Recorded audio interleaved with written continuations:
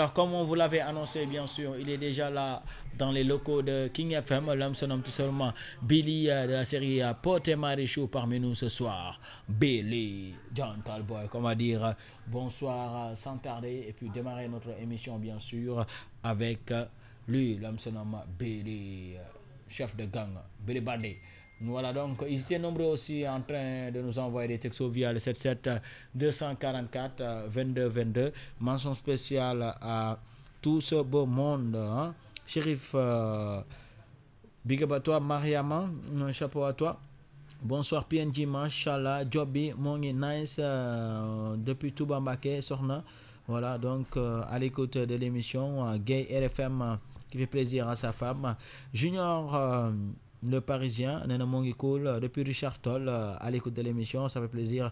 Khadia Tirera, Absa, les jumelles, bisous à vous. Lafa, l'américain Boulaye, on est quoi? Big up à Raymond Sen. Voilà, donc chapeau à tout ce beau monde actuellement qui nous suit, que ce soit via le net, via leur poste de radio. Les taximans, on ne vous oublie pas aussi, mention spéciale.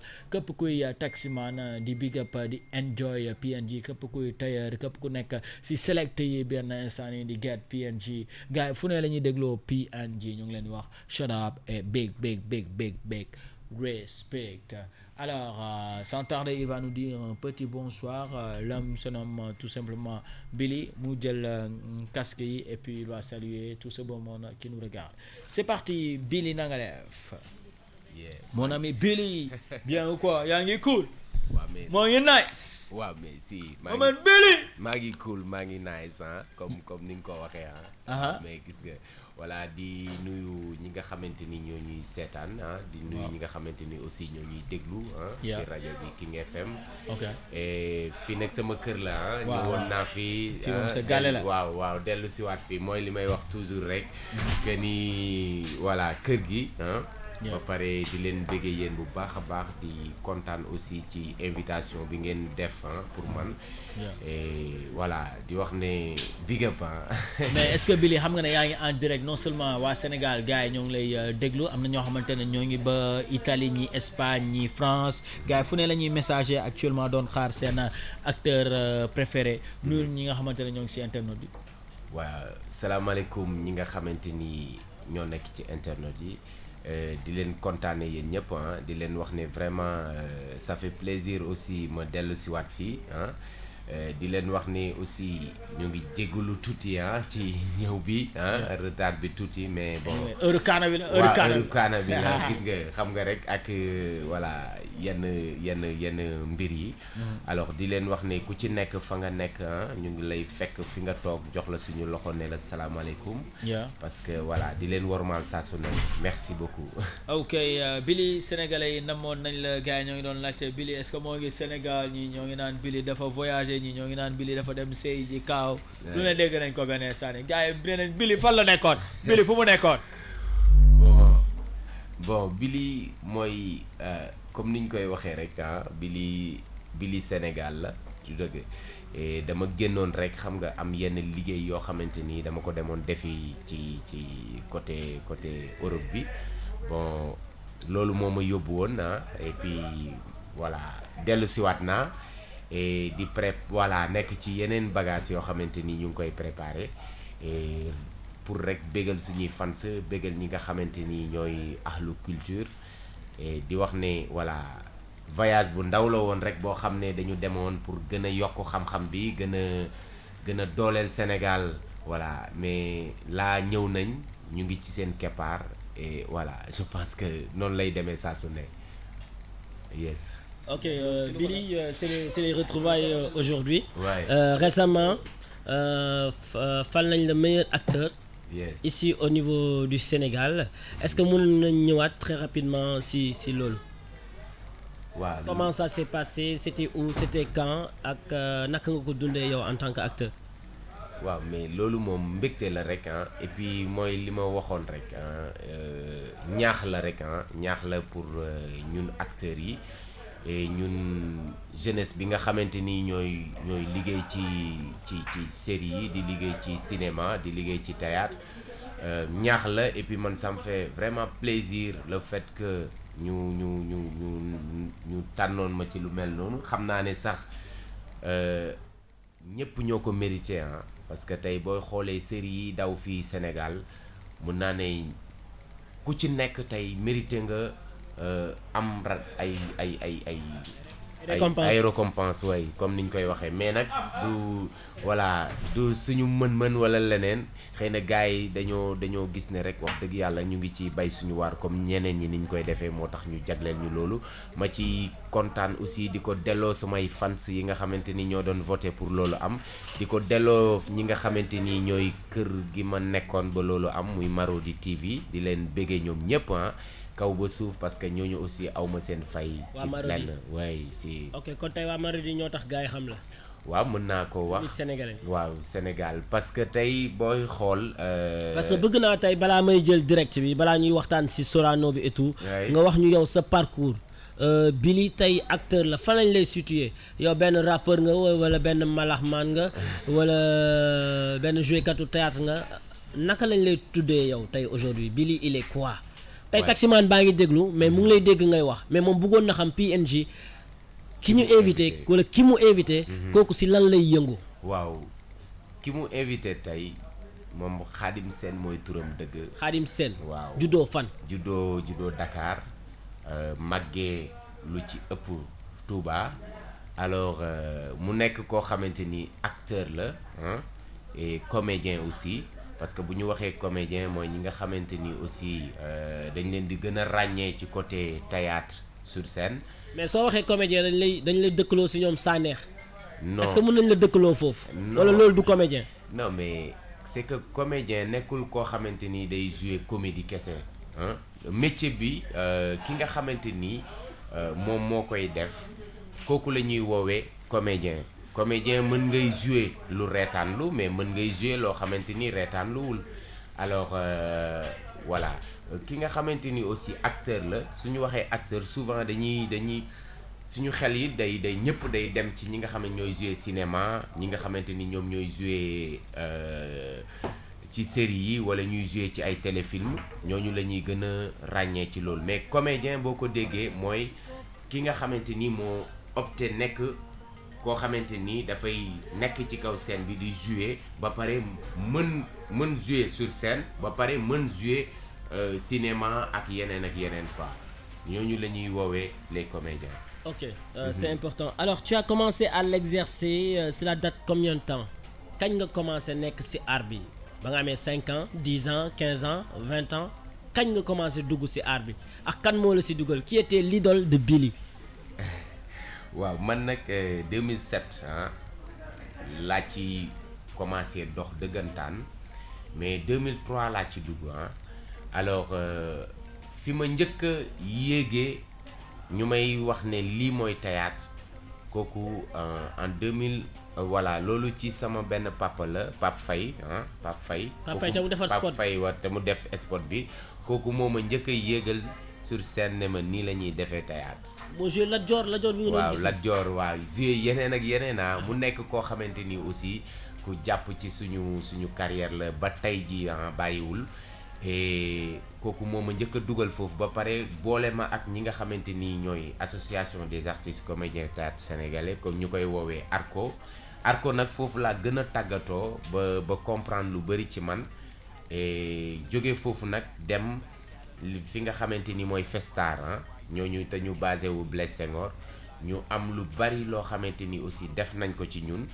ñu nekk ak ñoom mën naa ne tey lu bari ñooñu ñoo ko def si ñun ñu jóge ci aussi liggéey ak ay metteurs en scène yoo xamante ni ku ci mel ni Patrick Mor nekk Suisse mu liggéey ak moom aussi mu am lu bari lu mu def. da nga demoon Suisse.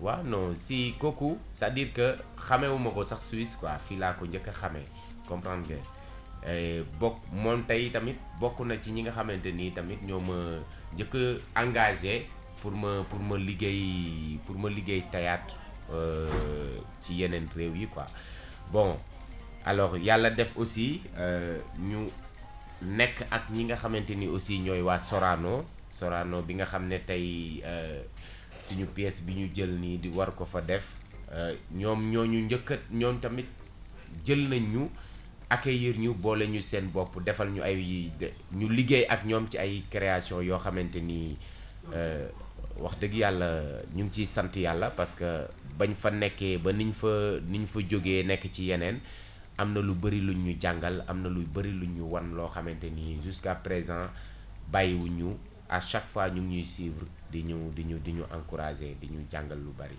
mun naa ne un grosso modo Khadim Sène mooy ki nga xamante ni parcours am noonu la jaare ba tey ji ñu koy gis ci yenn. ñu ñëw si Pod et Marichou.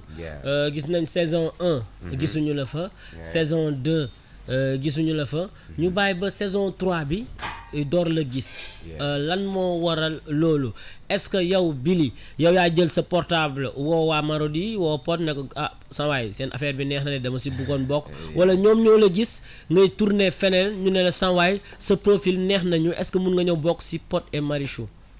bon ñoom demeewul noonu parce que ñoom yëkkatiwuñ seen téléphone au début ne kaay ngay ñëw liggéeyal ñu man aussi yëkkatiwuma sama téléphone ne kaay ñu dama bëgg liggéey ak yéen yàlla dafa def man dama ñëwoon ci seen benn casting bi ñuy soog a xamante quoi ci noonu la demee. ma ñoo organisé woon casting bi ñoo organisé benn casting mais man sax jour boobu xaw ma ne woon casting moo fa am parce que dama jàppoon ne rek tey jii comme ni ma koy defee war naa mën a dem Blaise Senghor tëju gën a liggéey tuuti ci sama direction d'acteur et tout.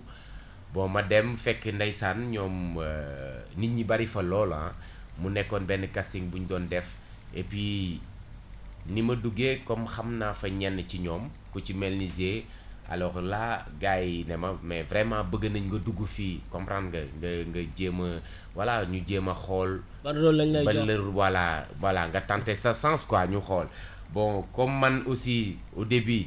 xaw ma woon soo trop ci série yi mais gis naa ne série bu importance la série bu important la et ma ne pourquoi pas ma dugg ma tenter sama sens ma def comme ñëpp alors ma def naturellement quoi nga def casting comme ñëpp ma def casting amul bralon amul dara da nga ñëw rek def ci non dama ñëw comme ñeneen ñi ni ñuy defee rek ma ñëw dugg alors ñu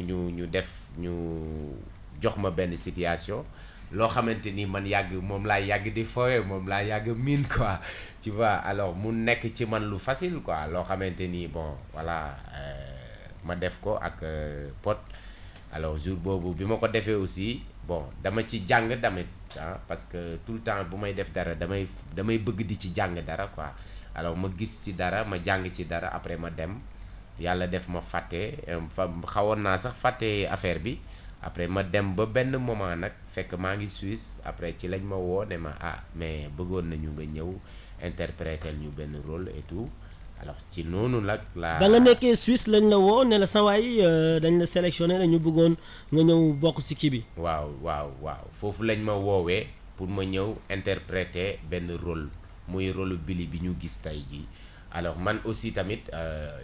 voilà yow Suisse dafa amoon li nga fa doon def da nga doon jaay da nga doon liggéey. da nga doon tourner foofu ay série lan nga doon def Suisse wala nga demoon vacances. non Suisse xam nga man yàlla def na ni foofu tamit am naa fa accès ndax tey bon sama soxna foofu la nekk comprendre nga alors man aussi foofu. dama tubaab nga am wala nit ku ñuul. bon. soxna la yow tamit waaw mais dañu bëggoon xam ndax Billy mi sénégalais mi acteur bi tubaab la am wala nit ku ñuul. waaye soxna laa am comme ñëpp ndeysaan am. mais tubaab la.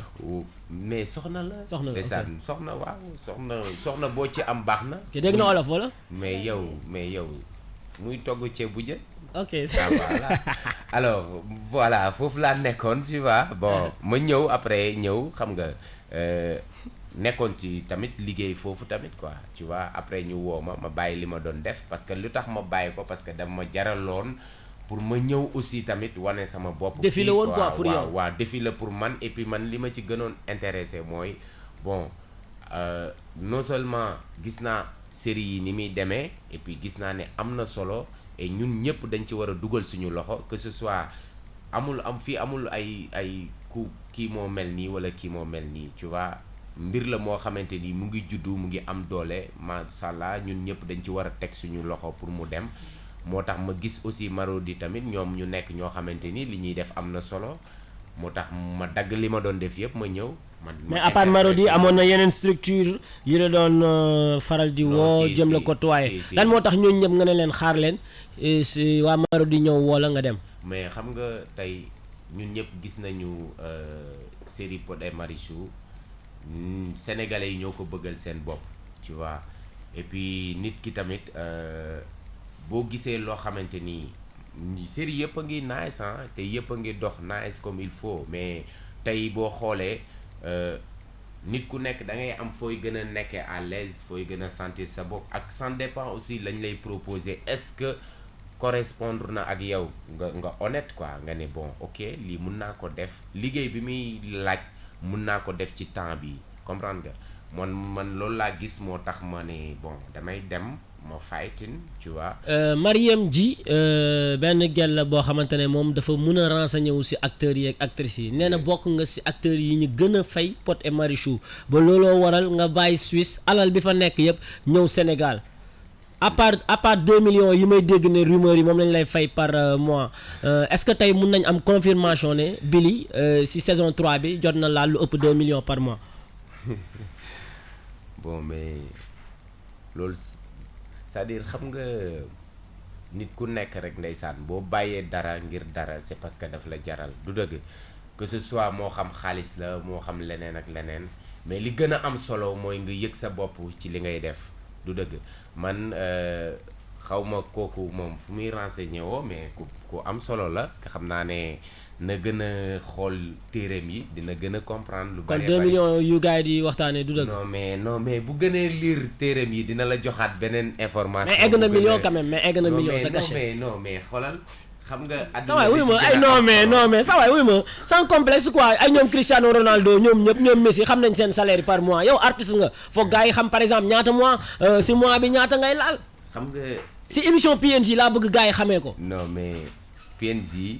ñoom ndeysaan ñoom samay gaañ lañ ñoom xam nañ lépp mais dañuy xam lépp ba pare xam nga bëgg la wax loo bëgg la nangam loo mais yéen li ngeen xam rek doy na te li ngeen xam bu ngeen ko xamee defe naa ne askan bi xam nga waaw dañuy comprendre lu bari. ok léegi nga dugg ci série bi.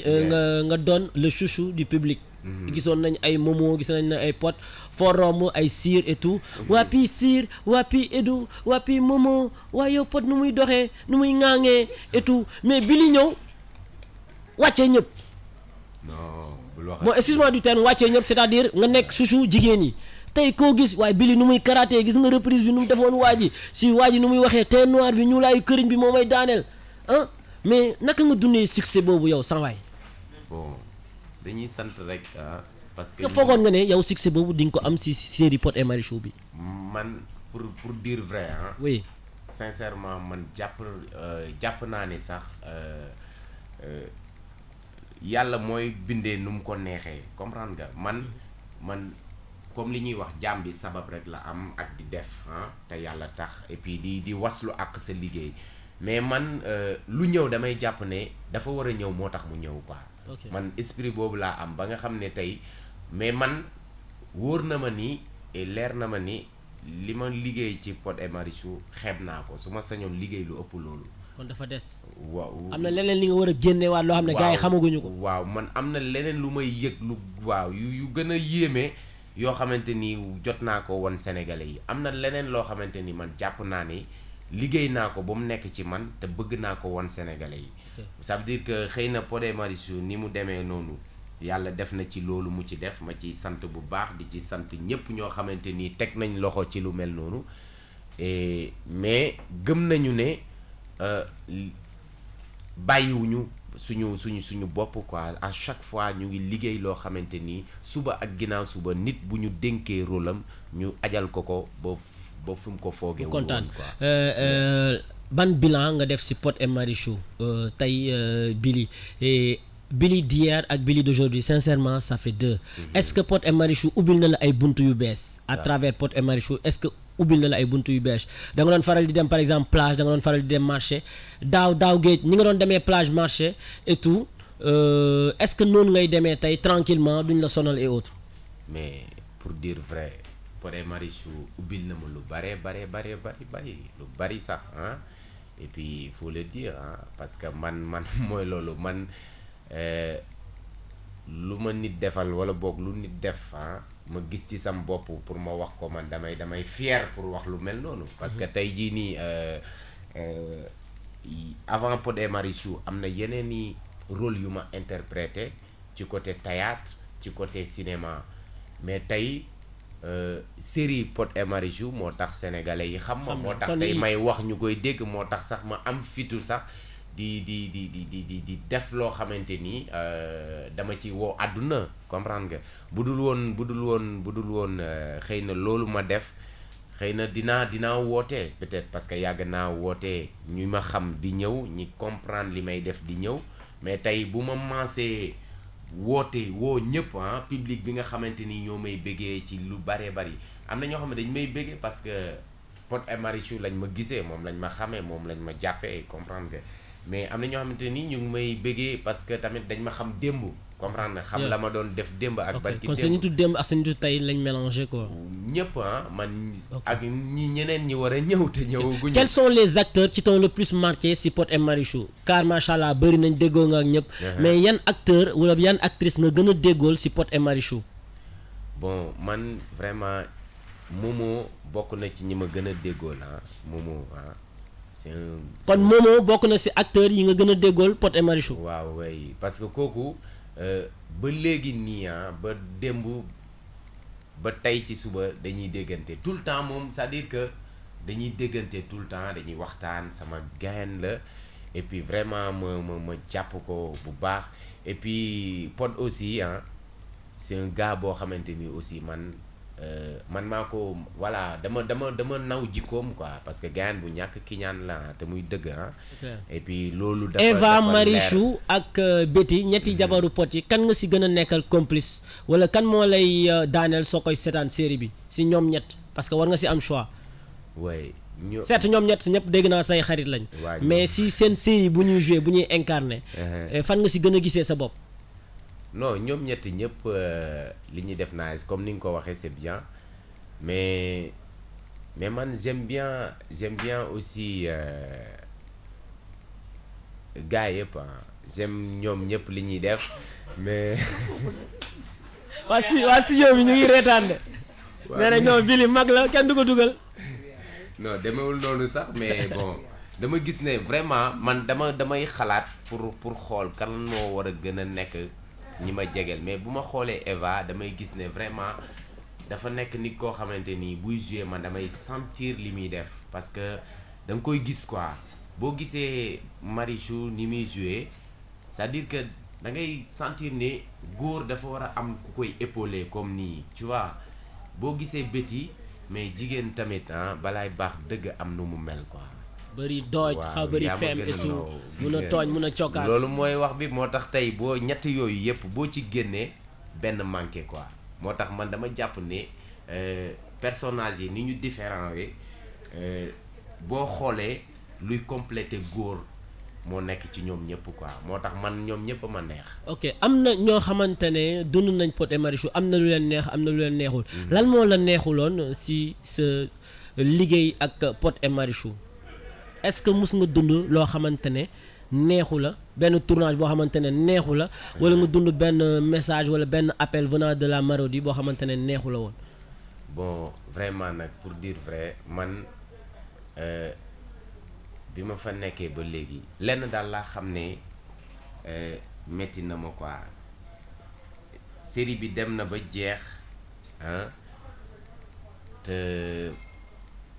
te sentir man ci sama bopp ne li ma bëggoon joxe des na quoi maanaam du lii laa bëggoon carrément dëgg la nag bëgg nit ñi apprécier nañ ko nit ñi bëgg nañ ko nit ñi kii nañ ko mais man ci sama wàllu bopp man ak ci sama xel ak sama xol sentir naa ne li ma bëggoon joxe dëgg am na lu ci des. lan moo tax mu des parce que am na ñoo xamante ne toog nañ ay semaines toog nañ ay mois gisatuñ Billy si Pod et Marichou ñii ñu ngi naan da nga rompre sa contrat ak ñoom ñii ñu ngi naan da nga voyager dem Suisse toog fa ñii ñu ngi naan jubootoo ak Pod et Marichou. Quelle a été la rupture bien sûr de Billy dans la série Pod et Marichou lan moo waraloon sa stand-by bi sa break bi si Pod et Marichou parce que nanite yaa ngi déglu xam nañ ni mu demee. Nandite bon man dama jàpp ne loolu du woon ci man et puis je pense que aussi parce que xam nga man binduma Pod et Marichou man binduma Pod et Marichou réalisé wuma Pod et Marichou produire wuma aussi Pod et Marichou ñi nga xamante ni ñooy produire ñooy bind ñooy réaliser ñoom ñoo mën a wax li tax man xam nga eggaliwuma ko comprendre nga man acteur laa boo xamante ni danga may woo ne ma damay signer ak yow contrat lii ak lii thème contrat bi lii la ma respecté loolu dox ci loolu ba mu jeex su jeexee bon ma xam ne jeex na bu laajee. est-ce que yow respecté woon nga sa contrat est-ce que ñoom respecté woon nañ sa contrat ba tey ji absence boobu yi nga xamante ne gars yi remarqué nañ ko jotoon na am.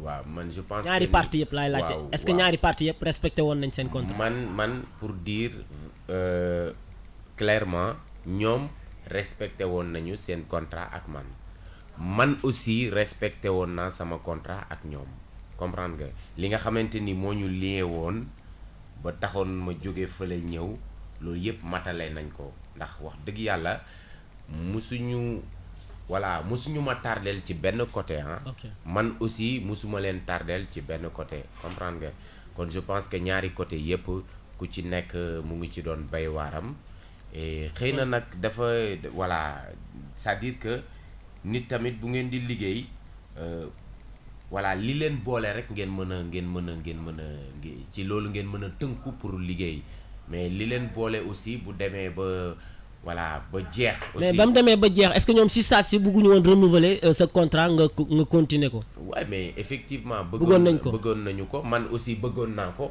mais xëy na peut-être bon. cachet bu ñu la proposé boobu arrangé wu la woon. non mais non c'est-à-dire man ku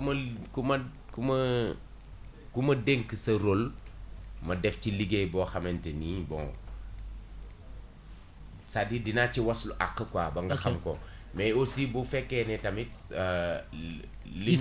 gisuma ci sama bopp damay ne gisuma ci sama bopp quoi xëy na tamit maanaam yow bëggoon nga ñu yokkal la par exemple suñu la doon fay benn 500000 bëggoon nga ñu yokk si benn 100000 muy 600 mais par exemple quoi noonu laa koy waxee. mais si nit ku nekk da ngay ñaan yàlla tey di avancer tey ji bu fekkee ne tey liggéey nga ak nit nga sentir ni liggéey bi kat fii la toll nii la demee mu leer la ne yow ci sa bopp am na beneen travail booy defaat encore bu ëpp bi nga doon def mais c'est bien beau nga ne nit ki c'est-à-dire xam nga pour man lenn moo am ci côté production yi lenn la c'est-à-dire que yow ak nit ki da ngeen di xool li nga xamante ni moo leen boole ndax yow yëg nga sa bopp ci li ngay def bu fekkee yëg nga sa bopp li ngay def da nga koy def comme ni mu waree mais tey man bu fekkee ne waxaale nañu dara wala am na contrat boo xamante ni boole nañu man je pense que bu jeexee damay respecter contrat boobu bu jeexee. jeex na am nga droit laajte leneen li ñuy defaat nag dañ koy xoolaat waaw loolu la demee. ok c'est très important alors sama dernière question si au niveau de la série Pod et Marichou souvent da ngeen di gis si internet bi ay congratulations ay félicitations Billy félicitations Eva et tout léeg-léeg tamit da ngay gis ay gars yoo xam ne dañ leen di daggate waaye saa waay yéen seen série bi c'est nul waaye saa waay yéen da ngeen di pervertir jeunes yi seen fonante yi dafa bëri seen amour bi ngeen di wax si série bi dafa bëri yéen a ngi incarné ay secte ci série bi yow personnellement sa mentalité tey quand tu vois certains messages via les réseaux sociaux quelle est la réaction de Billy artiste bu nekk am nga sa réaction sooy gis réseaux sociaux yi. non mais si parce que gis nga nit li ngay def tey production yi pour man képp koo xamante ni yaa ngi ci production li ngay def nit ñi ñoo tax nga koy def kon nit ñooñu noonu am nañu part de responsabilité ci li ngay def bon scénario nag dafa am début am digg am fin ku nekk yaa xam ni ngay dérouler ce scénario mais man bu ma gisee genre critique yu mel noonu parce que critique bu ñu ko waxee nekkul lu négatif rek mooy critique am na positif aussi bon damay xool ci li ñu ñuy voilà li ñu leen di jiiñ wala li ñuy wax parce que mën nga jouer dara tey nit ki xool gis ci leneen lu bokkul sax ak yow li nga doon def alors loolu dafay tax nit ki def benn recul pour mën a xool mais nag du tee yow am nga sa objectif xam nga fi nga jëm xam nga li ngay def xam nga fi ngay teg. mais yow di nga suivre réseaux sociaux yi di nga xool message et tout. man nag sincèrement pour dire vrai man du ma xool loolu. doo koy xool waaw non. ok man moo tax sax gars yi dañ may xaw a tooñ quoi des fois ñu envoyé ma ay message ba mu kii mais du ma répondre parce que dañuy foog ne bon tout le temps maa ngi ci te des fois du ma ciy nekk lu bëri quoi loolu la mais li may wax rek mooy bon. ñi nga xam ne am nañ temps di ko gën a xool man aussi dinaa jéem a def lu tout di ko xool mais ñi nga xamante ni am nañ temps tamit di ko xool nañ ciy jàng te bañ a jàpp ne ñii dañuy wax pour saboter leen wala dañuy wax pour tuuti leen dañuy wax rek pour affaire bi gën a avancer. mais quand même yow mi nga xamante ni da ngay wax aussi bon booy critiquer nga critiquer lu positif. nga xam looy critiquer. ok mais saison sa yére bi kii na say nangam bon voilà. ok loolu c'est la personne. Voilà, saison 4 c'est une question saison 4 bii di ñëw. est-ce que Billy bu Pod et Marichou dina si bokk oui ou non. mais loolu day dépendre ci Marodi. ba léegi waxtaanoo ak ñoom parce que ces dernières semaines am na ay acteurs yi fay dem di négocier seen ay contrats pour démarrer saison 4 jusqu'à présent est-ce que Billy jot na dem négocier contrat pour renouveler ko pour saison 4 bi ou pas.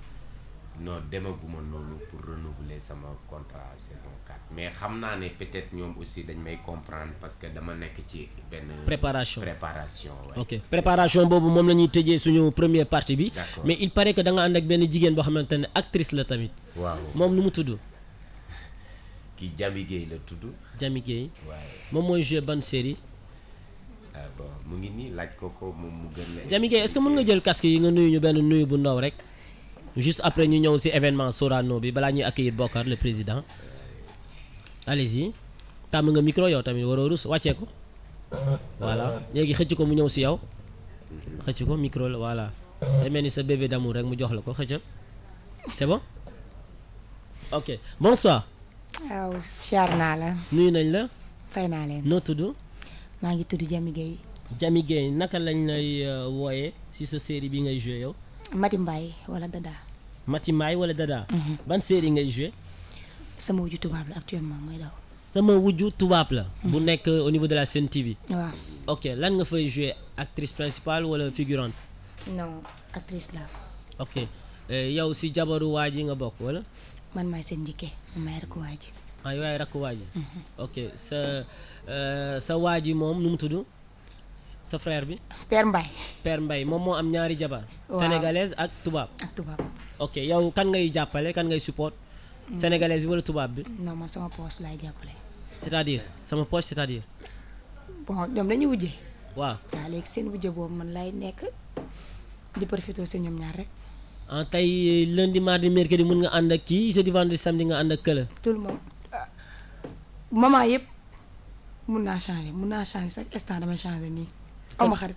intérêt nga leen toppee ñoom. gis nga. kese. mooy prix daal yi. ok Jami Gueye kontaan nañu ci sa teewaay le pourquoi tu as accompagné Billy de la série Pod et Marichou da ngeen am relation yu nice yu positif ba tey ngeen di liggéey ensemble wala da ngeen di préparer Sorano bi.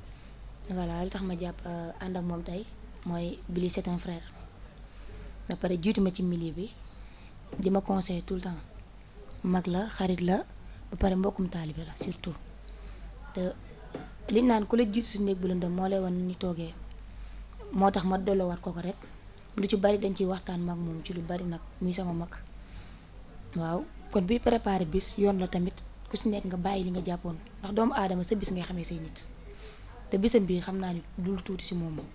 kon waaw foofu ñu bàyyi lépp rek ñëw jàpp si ndax sunu mag la moom te sunu maestro la. super kontaan nañ. naka série bi ça se passe bien muy continuer di am ba léegi au niveau de la Sen TV. waaw mi ngi continuer di am mais xam naa léegi mu jeex ndax léegi ñu reprendre tournage yi. ok ban saison ngeen nekk yéen. ñu ngi saison 2. saison 2 day amaat saison 3. day am saison 3 waaw. Ça se passe bien. waaw ça se passe bien ñu ngi sant yàlla. ok est-ce que pare ngeen pour indi ko kër gu mag parce que kër gu mag loo fi indi day jar. pare nañ pour indi ko kër gu mag. kër gu mag la GFM. waaw loolu des na si Aline Ndiaye. waaw jeex na parce que Pod et Marichou foofu lañ déparé. donc je me souviens très bien ba ma koy wax Pod dañ leen invité ma ne gaaw leen ngeen ñëw si kër gu mag gi. raison pour laquelle tey non seulement le Sénégal l'Afrique mais le monde entier les connaît. donc di la wax félicitations du courage on est de tout cœur aussi avec toi. merci beaucoup. kontaan naa. ok alors Billy. Yes. Dans 2 minutes on doit recevoir le président de la PNJ Family. Les gens qui aiment PNJ ils sont nombreux. Il y a les enfants, il y a les femmes, il y a les hommes, il y a les jeunes. Le président de la PNJ Family va fêter son anniversaire tey mooy suñu dernière émission mu ne da koy partager ak Billy indi ay soppeem indi ay jigéenam ay góoram indi ay gâteau ay boissons ne jour bi dafa important parce que Billy bokk na ci acteur am Pod et Marichou raison pour laquelle mu def déplacement bi. xale yu jigéen yi nga xamante ne yaa ngi leen di gis noonu ñoom dañu bëgg a Billy depuis 17h la ñu ñëw fële Colobane na tey si mooy soo dem dañu ànd ak yéen Billy lañ bëgg a gis bële non naka nga dundee bien sûr l'amour que le public a envers toi. Est-ce que Billy am na temps pour ay soppeem est-ce que mës nga def benn affaire boo xamante ne c'est toi et tes fans. si parce que boo xoolee sax li ñuy def nii ñoom ñoo gën a tax ñu di ko def parce que aussi bëgg nañu à chaque fois tey xam nga bëgg dafa fort nit bu la bëggee war nga mën a def geste di ko wan ne bëgg naa la. waaw mooy li ñuy wax tout le temps rek man li ma mën a def pour samay fans di ma gën a jege dama koy def man du ma leen tuddee sax fans parce que pour man tes frères tes sœurs c'est la famille. waaw c'est la famille parce que loolu moo ci ëpp solo parce que tey jii nii nit dina la bëgg sopp la vraiment te yow sax doo xam doo def yow mënoo xam lan moo tax mu sopp la lan moo tax mu bëgg la te itam tey ñun lii ñuy def nii nit ñi ñoo tax ñu di ko def moo tax man li may tey spectacle bi may def nii samay soppe moo tax ñoo tax ak ñi voilà bokk na ci ñi nga xam ne ñoom bokk nañ ci li gën a tax ma di ko def parce que bëgg naa aussi ñu gisante waat communier ensemble déggante waat voilà tu vois. Okay. Alors en parlant de cet événement pour les fans alors c'est quoi l'événement c'est l'anniversaire de Billy c'est un concert de Billy c'est un événement de Billy c'est quoi exactement samedi lan moo nar a xew samedi c'est à quelle heure c'est où l'entrée à combien comment ça va se passer et puis juste après ñu accueillir Bokar. Voilà samedi li fay am mooy théâtre ah. mooy le 7. voilà le 7 septembre à partir de 18h. au théâtre national Daniel Sorano li fay am mooy théâtre bu ñu waxee théâtre mooy 4e art alors mooy tey da ngeen di ñëw sañse lu rafet ñëw toog jàkkaarloo ak Billy mu yéeg ci kaw scène bi sumbi yére ya mu doon solaat leneen ngeen gis ko ci beneen anam alors ngeen ànd ak moom. c'est-à-dire nu ñu la doon gisee ci Pod et Marichou duñu la gisee noonu samedi. feneen ngay fële. waa feneen ci leneen loo xamante ni tey mën naa ne bon mën na nekk surprise bu mag ci ñi nga xamante ni ñoo yàgg di gis Billy ci beneen facette. dinañ ko gis ci leneen waaw mën naa ne mën na am sax tey voilà du ma bëgg dugg lu bari parce que gars yi dañ ma koy tere mais bon li ma mën a wax mooy tey boo ñëwee. di nga découvrir lu bees di nga découvrir lu bees ba pare vraiment jàpp naa ni aussi di nga fa jëlee dara lu am importance parce que tey ñun sujet bi nga xamante ni ci la ñu liggéey mooy anciens combattants yi. anciens combattants waaw parce que xam nga tey ku wax anciens combattants yi wax message yu war a génn jeunesse bi war ko xam. di nga wax aussi comédie parce que tey ñooñu seeni waxtaan ak seeni mbir rek beneen affaire la c'est comique parce que maam tey buy wax ci di wax ak sëtam da ngay gis leneen kon li ma mën a wax ñi may déglu di ko wax ñi nga xamante ni ñoo fa nar a ñëw nañu xaar lu bari ci man dinañu gis comédie dinañu gis drame dinañu gis leneen ak leneen yoo xamante ni bon vraiment dinañ xam ne affaire yi bon war nañu mën war nañu mën di changer à tout moment. parce que ay acteurs lañ ay comédiens lañ. ok samedi le 7 septembre le 18h la entrée bi ñaata la. waaw entrée bi 5000 francs rek la ah boo gisee ñu def ko defuñu sax ay VIP et tout parce que pourquoi dañu bëgg a yombal mbir yi pour ñëpp ñëw ah. parce que tey bëgguñu def ay prix yoo xamante ni. nit ñi duñu mën a am accès voilà ñëw seetaan si ko. dafa am ticket prévente ou bien 5000 unique la. waaw 5000 unique la ah. 5000 même les réservations c'est à 5000. même les réservations ah. à 5000 lañ ko defee. ok lan lay laajte suñu ñëwee suñu jëndee suñu ticket 5000. ñëw foofu da ngeen ñuy projectel Billy bi ñu toog seetaan ko mu jeex wala yow en personne ak acteurs yi da ngeen koy jouer live and direct comme ni ñuy waxee live benn artiste buy def live wala playback lan lay doon dañuy ñëw toog ngeen taalal ñu benn écran géant affaire bi film di daw mu jeex ñu ne jaay voix Billy naay sonn na de. bon comment ça va se passer quoi. non xam nga li fa war a am. ñun du loo xamante dañuy ñëw projeté leen ko maanaam projeté benn affaire boo xamante ni bande lay doon muy daw ngeen di seetaan. tu vois parce que bu doon loolu la dañ koy yóbbu kon ci télé bi. ah ñëpp seetaan ko mais dafa am loo xamante ni moo am solo muy rapport bi nit ki di am ak ku nekk ci kaw scène rapport maanaam yow nga toog ci sa chaise gis benn acteur ci kaw scène bi di jouer yow nga toog di ko seetaan. ngeen di échanger benn énergie boo xamante ni yow mënoo ko expliquer moom mënu ko expliquer parce que dafay nekk benn rapport direct boo xamante ni bon c'est important. comme si su ngeen di enregistrer benn série direct boobu ngeen di dund. ñun tamit tey ñun ñooy nga xamante ne dañ ko doon dégg rek ne gars yi ñii suñuy tourné nii la kon tournage boobu la ñuy am live and direct. non doo am tournage bi mais li ngay am mooy théâtre. théâtre parce que tey je pense que su ma juumul. ñu bëri xam nañ lan mooy théâtre mooy li nga xamante ni dafay comme nit ñu koy waxee depuis bi ñu koy jàng mooy maanaam fu ñeenti yi dajewul théâtre amu fa muy lan public bi toog di seetaan ak comédien bi nga xam ne moo yéeg ci kaw scène bi di jouer ak espace bi nga xam ne moom lañ koy defee muy Sorano ak convention bi am entre public bi ak comédien bi. waaw rapport direct li ma la doon expliquer léegi c'est-à-dire que loolu mbir la moo xamante ni foofa lay xewee te bu jógee foofa waaw foofu lay xewee foofu lay yem. waaw. ok c'est important de le souligner qui est l'artiste préféré de Billy fii au Sénégal est-ce que am nga benn artiste comme ça ñu def benn break déglu son bi accueillir le président. waaw sama artiste waykat wala. waaw. mais Youssou Ndour la. Youssou Ndour j'ai même benn Youssou Ndour rapidement donc tey ku bëgg am si ticket prévente yi à 5000 francs réservation à 5000 ku bëgg ku bañ a rang jour J ban numéro la ñu war a mën a woote. voilà pour am suñu ticket foofu. voilà boobu da ngay wootee 534 09 08. 77. waaw 77 534 09 08 boo ko woowee dinañ la mën a livrer sa ticket. parce que ñun boo xoolee sax dañu def képp koo xam ne woote nga ci ñun ñooy def déplacement yóbbul la sa ticket. super ça nga xam nga parce que loolu musu fi am quoi. 77 534 09 08 voilà c'est ça. ok parce que am na ay fans yoo xam ne ñoom peut-être duñu am temps pour ñëw mais nañu woote réserver seen ticket. participer nañ. loolu rek bëgg nañ ko. loolu rek waaw loolu moom vraiment ñun dañ ciy sawar bu baax parce que loolu mooy numéro bi ma joxe rek. boo ko defee dinañ mën a jokkoo. et puis loolu dina mën a am yemb quoi. ok le lendemain nga confirmer le PNJ ne da ngay def raxas. waaw une première ñu gis Billy. ci événement PNJ. biir Saly biir hôtel Les Flamboyants est-ce que réellement dëgg la parce que dañ ko wax gars yi gëmuñu ko. non kii day sonn samedi waaye du am temps.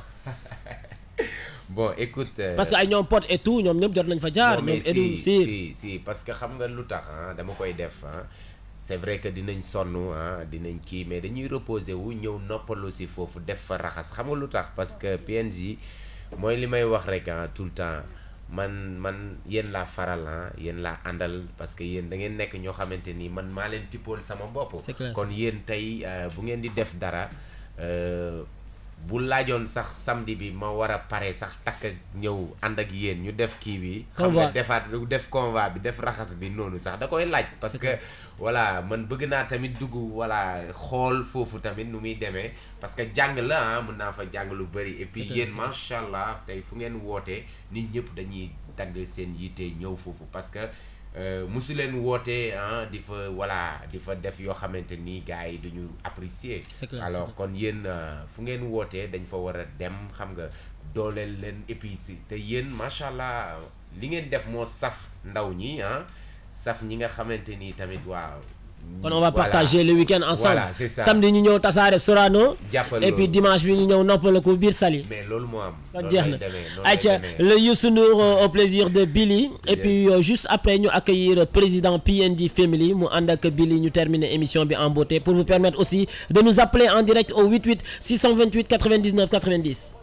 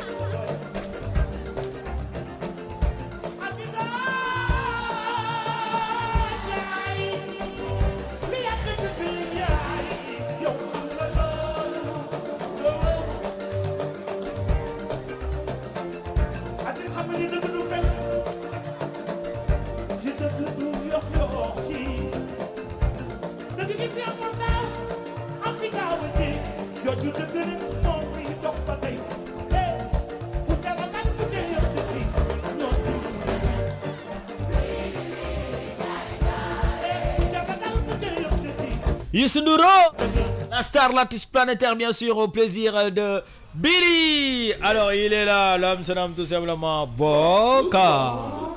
Président.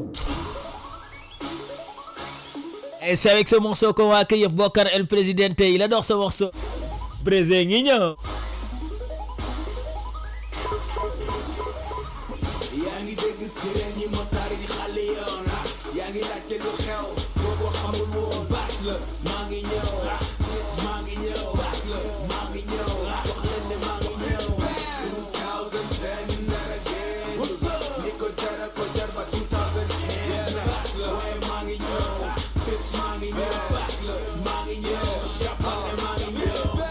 Le président de la PND Family mu ngi ñëw na.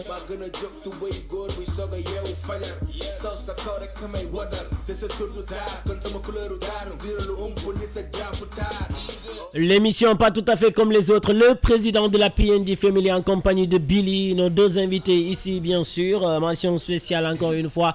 Alors sans tarder, il est là.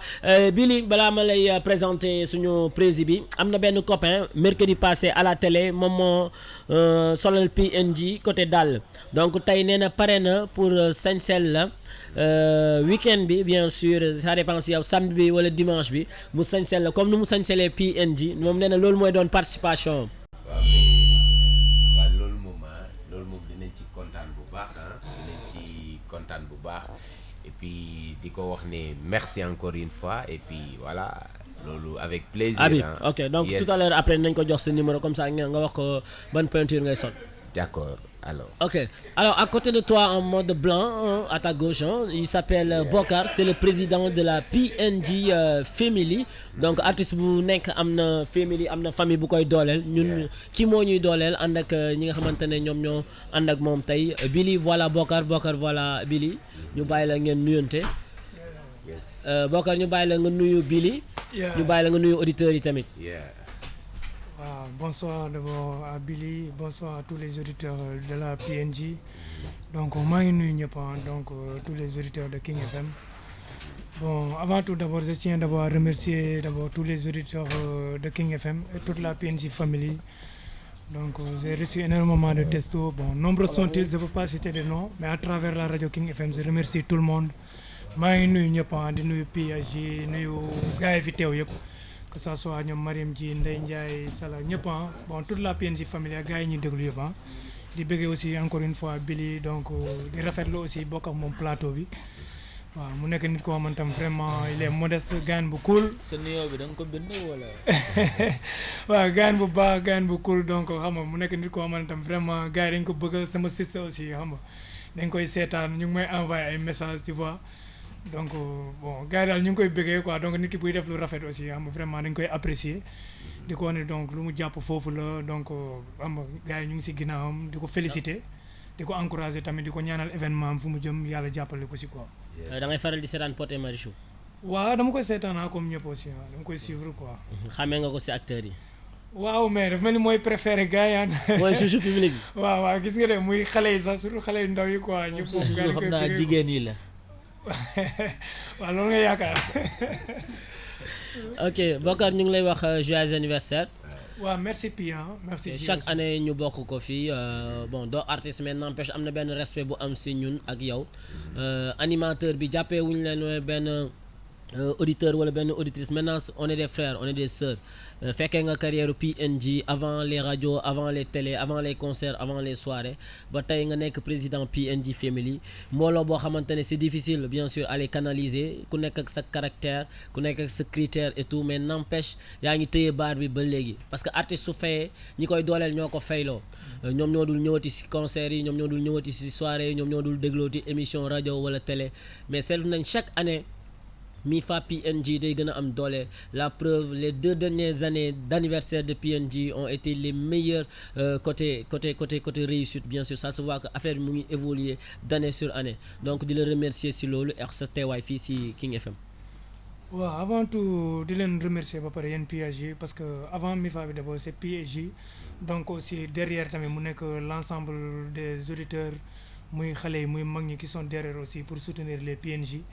donc li gars yi di wax rek bu nit ñi di ut xaalis aussi yéen ngeen ut mbooloo bi quoi parce que nit boo ñàkkulee nit rek boo ñàkkoo dara quoi donc PNG boo xoolee carrière am aussi loolu la bu gars yi di débuter aussi peut-être jël milieu bi di ko def business di jéem a ut xaalis ñoom jamono jooju ñu ngi ut nit ñi quoi parce que yàgg nañu organiser lu ci mel ne ay match de foot ay tournois di dépenser seen xaalis te si équipe yi fay ñëw yëpp du ñu leen laaj dërëm donc juste tamit pour faire plaisir tamit nit ñi quoi donc je pense que ne tey yàlla loolu la leen fay donc après des années gis ngeen ni tey peut-être gars affaire bi muy gën a dem gisoon nañu fay DJ yu bëri mais peut-être tey ñu bëri peut-être déggatoo leen mais PNG chaque année aussi dañuy gis ni affaire yi day gën a évoluer muy gën a jëm ci kanam quoi te loolu aussi yombul quoi parce que nekk au top yomb na mais nga téye ko tamit à chaque fois loolu moo jafe quoi te gis nañ ni waaw voilà c'est ça quoi. Donc merci, tu es en compagnie de Mariam G, une auditrice qui est membre de la PNG Family il y a même pas 2 ans mais qui est très dynamique bokk na ci jigéen yi nga xamante ne moom lañ gën a ràññee ci jigéenu PNG Family hormis les Fatima Wali et autres. Elle est très engagée bien sûr, elle nous soutient dans tous les domaines. Dimanche passé gis nañ ko Sali mu ànd ak toutes ses copines ses sœurs, la grande famille papa yaay doom ñëpp ñëw ñu sotal ko ba mu jël Miss bi qualifié au final donc Mariam nuyu nañ la Mariam Ji. Bonsoir fay naa leen. yaa ngi am jàmm. waaw tranquille ça va. Mariam tey nga bokk plateau ak Billy mu doon acteur boo xamante ne car macha allah jigéenu Sénégal yëpp moom la ñuy wër tey tu es à un pas de Billy xëcc rek fóon rek moo ci des Mariam naka ngay dundee lii. voilà c'est un plaisir un énorme plaisir ñu toog ak Billy nga xam ne ràññee nañ ko ci à travers la série Pod et Marichou franchement ñuy rafetlu ni muy jouer c'est à féliciter. C'est un énorme plaisir nga ma toog côte à côte ak moom franchement neex na ma torop. Super. Le pourquoi de ton arrivée aujourd'hui, qu'est-ce que tu as envie de dire à Bokar son anniversaire avant que ñu jël direct bi. Voilà c'est xaw ma sax lu may wax Bokar je suis là en tant que jumelle en tant que confidente en tant que amie ak lu mu bëgg daal moo tax moo ma indi fii daaw ñëw nañ ak moom accompagner ko pour anniversaire bi ren ñu defaat ko donc ñu ngi ñaan daal di ko def ay ati at waaw boo ko daal moo tax ma teew fi tey di ko souhaiter déggoon noir blanc bi yéen ñaar wala. waaw ay jours lañ. di ko mais est-ce que noir blanc bi moom ngeen di sol samedi si Sorano bi parce que bii li bëgg na xam tamit fan ngeen di fële. Inch'Allah dañuy dem Sorano le lendemain ñu dem Saly tasaare ko Inch'Allah. ok Billy yaa dégg loolu ah. waaw loolu noir blanc bi dina la neex. non dina ma neex et puis xam nga rek. Si, bul noir wax de. blanc day wax mais nice ah. Nice, hein? ba pare ñii xam nga sa waay génne ko ci xam nga génne noir bi ci suuf moom mu génne ko ci kaw. day wane ne xam nga. et puis dégg man. couleur de la paix quoi. C'est clair, nice big up. c'est clair beneen jigéen bi nuyu nañ la. ñoo ngi wax ay waxu jumeau jumelle boo rëbee dañuy jëlante seen biir ba pare naan ko bébé dañuy kase noir blanc. Non, même ah pas. ok ok non kii sama sister la. ok nuyu nañ la Ndeye Ndiaye. fay nañ la Pierre. jegeel micro bi tàmm nga micro. xëcc ko mën nga ko xëcc yow nga toog fi nga toog voilà xëcc ko mu ñëw si yow voilà ok vas-y naka nga def maa ngi fi. yaa ngi am jàmm waaw. tey nga gunge Bokar si bësam bi ñëw si rajo bi plateau King FM lan nga am envie wax auditeurs yi ak lan ngay wax Bokar en direct. maa ngi nuyu ñëpp di nuyu jumeaux yi aussi avant tout di nuyu Billy mi nga xamante ne moom lañ fekk puis ràññee nañ ko aussi ci Pod et Marichou mu doon ku mën li muy def franchement buñ ko joxee rôle da koy jouer ba mu jeex loolu moom a gën a neex ci moom. tey soo amoon benn question wala benn critique tiim nga ko yàgg nga seetaan Pod et Marichou lan lay doon. man avec Billy rien à dire parce que li muy def mën na ko franchement di ko ñaanal rek li mu jàpp ni mu bañ ko bàyyi mu continuer ko. mais prix bu ñu ko jox meilleur acteur bi est-ce que mérité na ko selon toi parce que gis nañ fi ay Sanex gis nañ fi acteurs yu bëri nekk fii Sénégal di toj seen monde ñoom tamit moom ñu jël ko xale bu ndaw jox ko meilleur acteur. man je pense que mérité na ko parce que liggéey bi nga man rek luñ la ci fay rek des na di ko ñaanal daal carrière am mu gën a yokk jëm ci kanam. waaw voilà. pare ngeen pour ñëw Sorano dooleel ko jàppale ko ñu seetaanandoo ensemble bien sûr l'époque. Inch'Allah pare nañ pour ñëw Sorano. mais entre junni la de amul mais moo noo bindal sama tur de Billy bindal sama tur man a yow ñoo toogoon rajo keroog entre junni la de. waaw dañuy def loolu Billy jaral nañ ko aussi. Billy. waaw mais Billy wuyul ji nee na en wolof la wala en français. bon foofu am na 3 langues yoo xamante ni di nga ko fa dégg français wolof séeréer. séeréer non fi yo koy mihembe waxee noo saa ndik rek jaajëf waay loolu dina toj de boy. ñoo ko njal ok waaw. Ndeye Ndiaye kontaan nañ si sa teewaay un petit mot à l'égard de Bokar. tout récemment anniversaire Bokar bi ngeen defoon benn vidéo defe naa si la Bokar doon dagg gâteau bi ñu naan ko le bisou. gel bi la gel bi la woon waaw. yaa may fàttali lu ne. waaw si yow la soxna si. moom la woon. yow lañ doon wax le bisou le bisou. ba vidéo bi def buzz après. ok jigéen bi la moon. j'ai des pertes parfois nag. ok super Bokar moom lu ma wax ci moom am na lu des. moom la bisoon si lèvre. ok oui vas-y continue. Bokar doon na nit koo xamante ni yaatu na baax na bi ma ko xamee ba tey franchement changé wul benn yoon daf lay woo di la nemmeeku Bokar nag man daal lu ma wax ci moom mënu ma wax ci moom. parce que sama waaw lu ma wax ci moom rek xeeb naa dama koy bàyyi ak yàlla rek yàlla moo koy fay xolam. ok bu baraba boobu nga dendal nu mu tudd si suuf nu mu tudd. Elle s'appelle Binta. Binta jógal taxaw nga téye micro bi nga nuyu ñu rek balaa ñuy jël direct bi rapidement téléphone baa ngi explosé ñëpp bëgg wax ak Billy ak Bokar nu mu tudd nga ne. Binta xëccal micro bi tàmm nga micro. waaw naka nga def micro ça va je vais bien alhamdulilah. Piiti kii tàmmul micro de lu xaw a nduroog micro. ok animatrice fan nga dëkk Binta. maa ngi dëkk diggante Pikine Diamaguène ak Sicap Mbao. Diamaguène. ok sa relation ak Bokar lan la ba tey nga teew si King FM bi.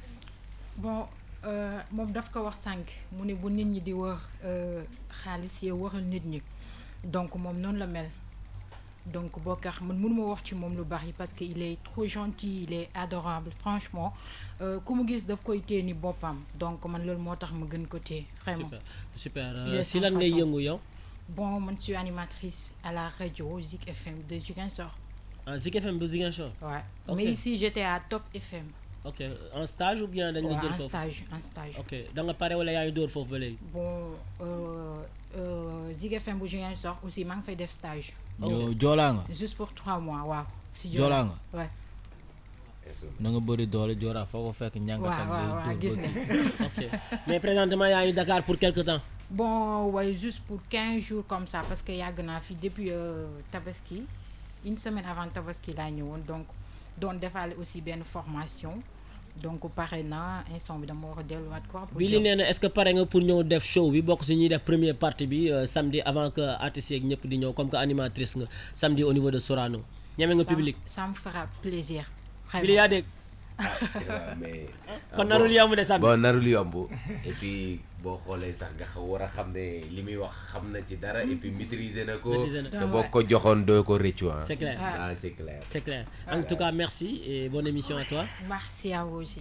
ok ñaari jigéen ñi nekk derrière kii un petit mot Salah je pense elle s'appelle Salah Arkan. ok na si kenn jël. kan moo si Salah bu am ah. 88 78 99 90. gaa ngi woote Salah bu am ça veut dire quoi. gaa ngi woote sànq ba léegi depuis. ok déjà na nga jël kenn. ok allo waaw. oui. soxna si na nga def. ça va bi noo def. oui noo tudd. Magui Kambel. Magui Kambel yaa ngi en direct PNG Bokar Billy la Mifa. Alice Bokar. Magui Kambel la tudd nuyu ko Bokar. Magui. Bokar. jëlal casque bi yow téye ko. waaw nu mu demee. yaa ngi si jàmm. maa ngi sant bu baax alhamdulilah. lu bees ana DJ Taf Kambel. Taf moo ngi fi di baax di gën di riif. waaw bégal ma ko lu bëri waaye. jabaram la wala. waa si mi fa taf Kambel la bokk keroog maa ngi ko dégg man keroog bi nga wootee rajo bi kan moo la woon ne sama anniversaire la. en fait Abdel moo ma ko wax. oui moo ma jaaxal quoi parce que bi ma la déggee nga woote affaire bi ma étonné quoi ma ne kii fan la yéegee yaa ma ko jaral nag sama nit nga depuis lu yàgg. waaw ba ñu jàppee ba tey bàyyi ko. dëgg la. di la souhaiter un joyeux anniversaire par prolongation di la ñaanal bu baax. ok 1111 ans gère ordonnance. merci Magui. waa nga souhaiter ma Abdel aussi pour anticipation parce que ni ñu lay wax ni le 6 mooy anniversaire am. waaw noonu la demee sax yooyu. waa seen plateau bi nice ñoo ngi nuyu Billy di ko jaajëfal. waaw en passe la ko Billy. gis nañu rôle am ci Pod et Marichou Dakar. merci beaucoup jërëjëf kontaan nañu. benn rakk daf la bëgg ba gëmeewu la tout le temps yow rek lay suivre ci série bi. ndeysaan. ndax yow rek la bëgg téléphone am say photo rek la ci def mooy loolu. oh là là nag ma ko nuyul bu baax ah. nag ma ko Mouhamed nuyul dina ko déggee. Mouhamed. ah kon il faut nga indil ko Billy samedi fële Sorano n'est-ce pas. waaw dinaa def le tout ba indil ko ko. ah dina ma neex loolu bu ko defee moom comme ça mu mën a gis sama xarit quoi. incha allah dinaa la ko indil. merci beaucoup en tout cas kontaan nañu merci. merci beaucoup. c'est gentil. fii defe ok kontaan nañu Kambel pour l'appel. bu neex à Bokar. y a pas de problème on va t'offrir ça. ok merci à la demoiselle bien sûr qui vient de nous appeler les deux filles Salah ak Këla ana ñu. où est Salah elle est où. Salah elle est pas là. ok Almami ou bien Am Temer un petit mot à l'égard de Bokar Almami wala Am Temer balaa may continuer jël direct bi ani Almami waaw Am Temer mu ngi noonu Am Temer nuyu nañ la. fay naa leen. ok am bokk nga ci meilleur ami Bokar tey nga teew fii nga fekk fii benn artiste bu nekk Pod et Marichou waa HLM Fass yëpp ràññee ko xam ko un petit mot balaa ngay wax ma petit mot bi ñuy wax kii bonsoir rek allo. allo bonsoir. oui Fatima yaa ngi en direct. waaw tout d'abord maa ngi féliciter Billy. merci. Billy wuyu ko jigéen aussi gis nañ li mu def ci Pod et Marichou. jërëjëf. vraiment nice na. et aussi nag bëgg nañ la gis nag saison 4 bi. allez Fatima merci Fatima allez. bëgg nañ la si gis vraiment. inchallah non kon di nga ma gis. waa di ñaan à l'époque bi nekk une grande réussite inchallah. est-ce que di nga ñëw. merci mbaa di nga ñëw rek. ah. ko passe bi day. waaw mais Billy bul déglu Jeannot xam nga ni man namuma dara. waaw loolu moom. feeñ na ci sa voix. et je souhaite happy birthday à Bokar. sa président lan nga koy wax en direct sa chouchou sa pointé sa amour sa xol. je pense que Bokar am na nopp te mun na wax paas ma Bokar. waaw Fatima. Bokar ça va. nu ma demee. ça va yaa ngi cool. waaw sant yàlla bu baax gis naa keroog sa message maa ngi lay remercier bu baax. gis nga happy birthday à toi. merci beaucoup Tima. yal na la yàlla defal wër. amiin waay. may la lépp li nga bëgg sa life te mu doon li gën ci yow. merci Fatima. voilà ak soxna su baax incha allah. amagul jabar de doo ñëw ñu may la ko te pël la nen na ko bandum la. comme ni ma ko waxee woon keroog rek. waaw dañoo juste ay fo. 2013 lañ fi nekk ba tey voilà. waaw loolu moom dëgg la yow moom. ba nga nekk tey suñu président. voilà quoi dundal lu bëri. merci Fatima dama ànd ak wér. jaajëf kontaan naa. voilà maa ngi kuku ñi nekk foofu ñoom Ndeye Ndiaye et Mariam ji suñu monteur bi daal muy def digital moo ko nopp. big up à tout le monde maa ngi may ngeen ñu dugg. ok merci Fatima et happy birthday à Abdel aussi et à Sira. ok duma waaw. waaw Sira nekk moom itam ku baax vraiment. mais loo koy ñaanal jëkkër bu lan Sira. wuyu ma. ku ko xamul rek mooy wax dafa soof wala bëggul nit mais elle est adorable. te dafa bëgg a ji nag. te day déglu conseil. te dafa bëgg a ji. am ay moromam rek. mais Zeno da ko war a takk wuyu ko. mais ay moromam tamit dañ bëgg ji ah. moom nu mu bëggee ji noonu la ko ay moromam rek. te yàgg nañ. kii dama wuyu. waaw Fatim. nañ dem toog te xaar xojuñu fenn Sira lañ wax dégg nga. Sira moo fi fort quoi. ok léegi nag ça va. moo fi fort ciao. Marema ji lañ wax. bàyyi ma Marema ji waay yow ciao. Allez, merci. Elles sont adorables, les filles de la PNJ Family. Mention spéciale à elle. Elle s'appelle Fatima, elle nous appelle depuis les Parcelles Assainies. Am Temer moo yoroon micro bi rapidement am nuyu nañ la. fay naa leen. am téeméer lan moo waral téeméer bi Billy moo ne waaw lan moo waral téeméer bi. benn instant. wax ko Billy rapidement téeméer bi lu ko waral. non yéen a ma ko tuddee woon loolu yàgg na. loolu xanaa ay 2009 la woon côté yooyu. mais lu ko waral quoi ñu tuddee la ko. non mooy bi ñu amee suñu soow bi rek ñu ne foog ñu def si meew Gloria ñu laaj Bokar xam nga moom mooy loolu pël yi du ñu génne. waaw Bokar ne du génne ma génnee téeméer. si lañ la jaar noonu waaye. waaw booy moo tax Bokar président bi nayaam bi maanaam moo nay boobu gars yi xamee ko si moom quoi foo tourné ñu ne loxo bi gaawul quoi. il paraît que pël yi ñoo mel noonu. Billy dëgg la pël yi dañ nay am sa relation ak Bokar ak jour bi lan nga koy wax tey. waaw di koy féliciter di koy kii quoi ni ñu koy waxatee sax mënuma wax bi sax Bokar daal ñu ngi koy ñaanal daal mu dund lu bari lu mu dund doyul quoi. waaw yàgg nañu ànd nag depuis temps booy ñoo bokk koñ on a grandi ensemble waaw à travers moom nag ni mu bëggee MIFA bi moom lii moom pour man kii la quoi résultat buñ ko fay la quoi. waaw depuis temps booy tout le temps moom Jimo yi rek dafa bëgg Jimo yi. mais moom day dégg lu ne day dégg lu baax day dégg lu bon ba léegi découragé wul. joxewul lenge yi. façon critique bu nekk critiqué nañ ko. gars yi ji nañ ko sa dictateur. waaw tu vois lu nekk wax nañ ko ko. non c'est normal mais ba léegi bàyyiwul. c'est normal boo siwee moo demee noonu Billy mii ngeen di wax rek am na xam ñoo xam ni peut-être kii wu ñu neexu leen quoi. moo demee noonu boo siwee moo demee noonu comme yéen Jimo yi pareil Bokar tamit c'est la même chose surtout MIFA PNJ dafa bëri trop ay calan ay problème. yow Talla nee na dafa la bëgg indi si MIFA bi nga jëlee si am téeméer ñëw si MIFA bukki bi est-ce que pare nga pour bokk si MIFA Talla bi. non. ok pare ko non. ok merci beaucoup am téeméer. donc Bokar daal moo mérité président bi parce que da leen bëgg da leen fonk tout le temps moom laay fam yëpp presque MIFA PNJ la. ani waa deuxième heure ñëpp a ngi déglu. ñëpp a ngi déglu ñëpp HLM Fass kenn nelawul waaw. ok c'est important lan ngay wax Billy tey teew fi am événement Sorano samedi. waaw Billy ñu ñëpp dañuy teew rek. waaw dañuy teew parce que apprécier nañ ko trop ñun dañuy suivre émission bi d'abord d'ailleurs man sama cousine bi si émission bi la nekkoon Elena. waaw Elena tañ tax am na ku nekk si ligne bi ne ko bonsoir am. bonsoir amul de.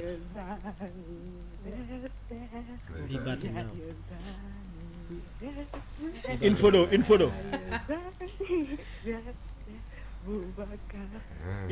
photo ah Billy lay rek. non mais dafa nice. Billy comprendre li ngeen di wax de. pareegul de. doy na nga mel ni yéet bu pareegul di kii du découragé xay pareegul waaw doy na tàcc leen ko tàcc nga fi doy na soxna si noo def noo tudd ok moo tax Mami Almadi ok Mami lan ngay wax Bokar yàlla mu dund 111 ans lu mu dund doyul nag. Mami da nga kontaan xanaa moo tax mënoo wax. dama kontaan. ok lan ngay wax Billy Pod et Marichou. Billy Marquezia yóbbu doon rendez-vous au Sorano. samedi. Billy jaaxal sama Billy. Billy wuyu. waaw maa ngi lay déglu. Billy ça va. ça va très bien. yaa ngi ci jàmm. waaw maa ngi ci jàmm na nga def. Mami la tudd. mais Mami li nga fi woy nii macha allah ci suñu xol yi la dugg. merci beaucoup. waay. Billy da nga xam kii ne sa benn xarit. sa benn xarit nu muy tudd. am. li moo tax kañ photo bi ñu la koy woy. bàyyi leen ko mu wax sa ban xarit. waxuma ak yow kii laa wax Billy. waaw ban xarit nu mu tudd. am lakkale. am lakkale.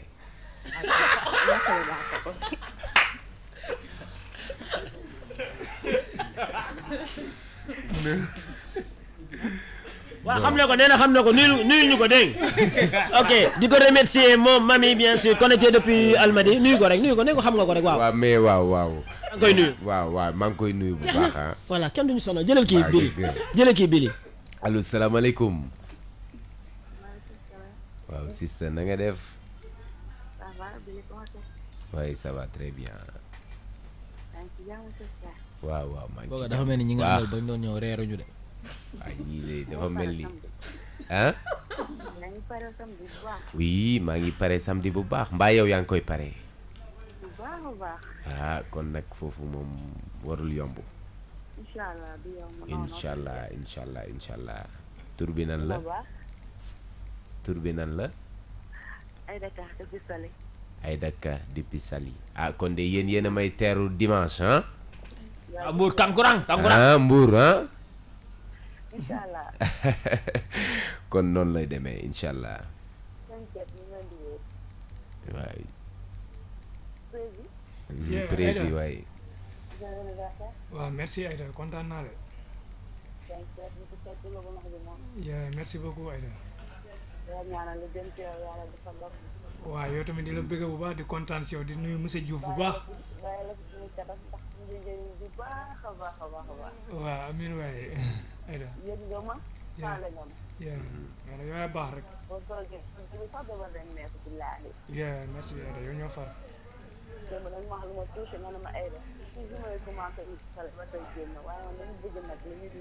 oui non dimanche bi foog nga ñëw Aïda gars yi la nam. yàlla xam nañ dinaa ñëw ndax yow. xaw ma nu may def nag. mais yaa ngi imaginer Aïda Ka su waree plongé te mu si piscine. mais Aïda di booy Saly. Aïda booy Aïda. Aïda yow ñëw rek nga ànd ak bébé bi rek ak monsieur Diouf. loolu la xamoon xam nga man de kilifa laa lu bëri. pourtant gars yi foofu dañuy ñëw ànd ak seen xale yi seen doom yi di sangu nii naay sax. waaw mais man sangu ma Jeannot. mais bu ko jege de lay sànni si piscine bi de yooyu la jël temps yi. léegi xam naa ne Jeannot lu muy naan di man ba mu sànni ma doo ko defal. ne ko yow sax mën nga fay. may dégg ne yaa war a dalal mi faa bi yaay pere ginaar yéen ñoom it seen. dama la am xaalis célibataire wala wax célibataire. ah Billy yaa bul tax Billy am lu mu wax waaye. yow kay booy. amoon jom takk jabar moo gën jom ba bàyyi say ngay def. ah d'accord 2000 ñaata. am Bokar 2000 ñaata lañ wax. man ak yow ñoo bokk groupe noo Bokar. non man léegi ma takk de. ah léegi ma takk de. takk góor de yow yaa ngi ni indi fi 6 xaw ma kan moo siy aawo bi. ñii ñëpp samay rakk lañ. waaye rakk yoo xam ne da ngay jàpp di wulli.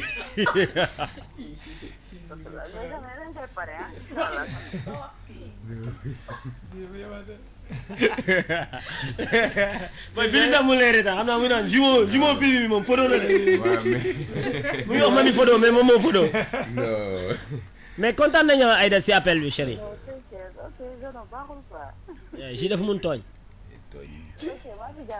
Allez, merci beaucoup. Ok, alors Billy, il a un événement ce samedi. Il a un emploi du temps assez chargé. Répétition le joggé, avec tout son staff. Donc, on va le remercier, bien sûr, pour permettre qu'on nous vaquer à ses occupations. Parce que comme nous savons, samedi, l'événement, c'est dans 2 jours, bien sûr. Amna yu bari daf ko wara def juste après émission bi dafa dag sax plateau répétition ñew PNG wax ak fans yi wax ak auditeurs yi invité len samedi. Billy, quel sera ton mot de fin, bien sûr, à l'égard de cette émission? Déjà, nous qui c'est émission bi, ak lan ngay wax auditeurs yi nga xamantene ñom ñu ngi doon déglu émission bi, message nañ woté nañ Billy.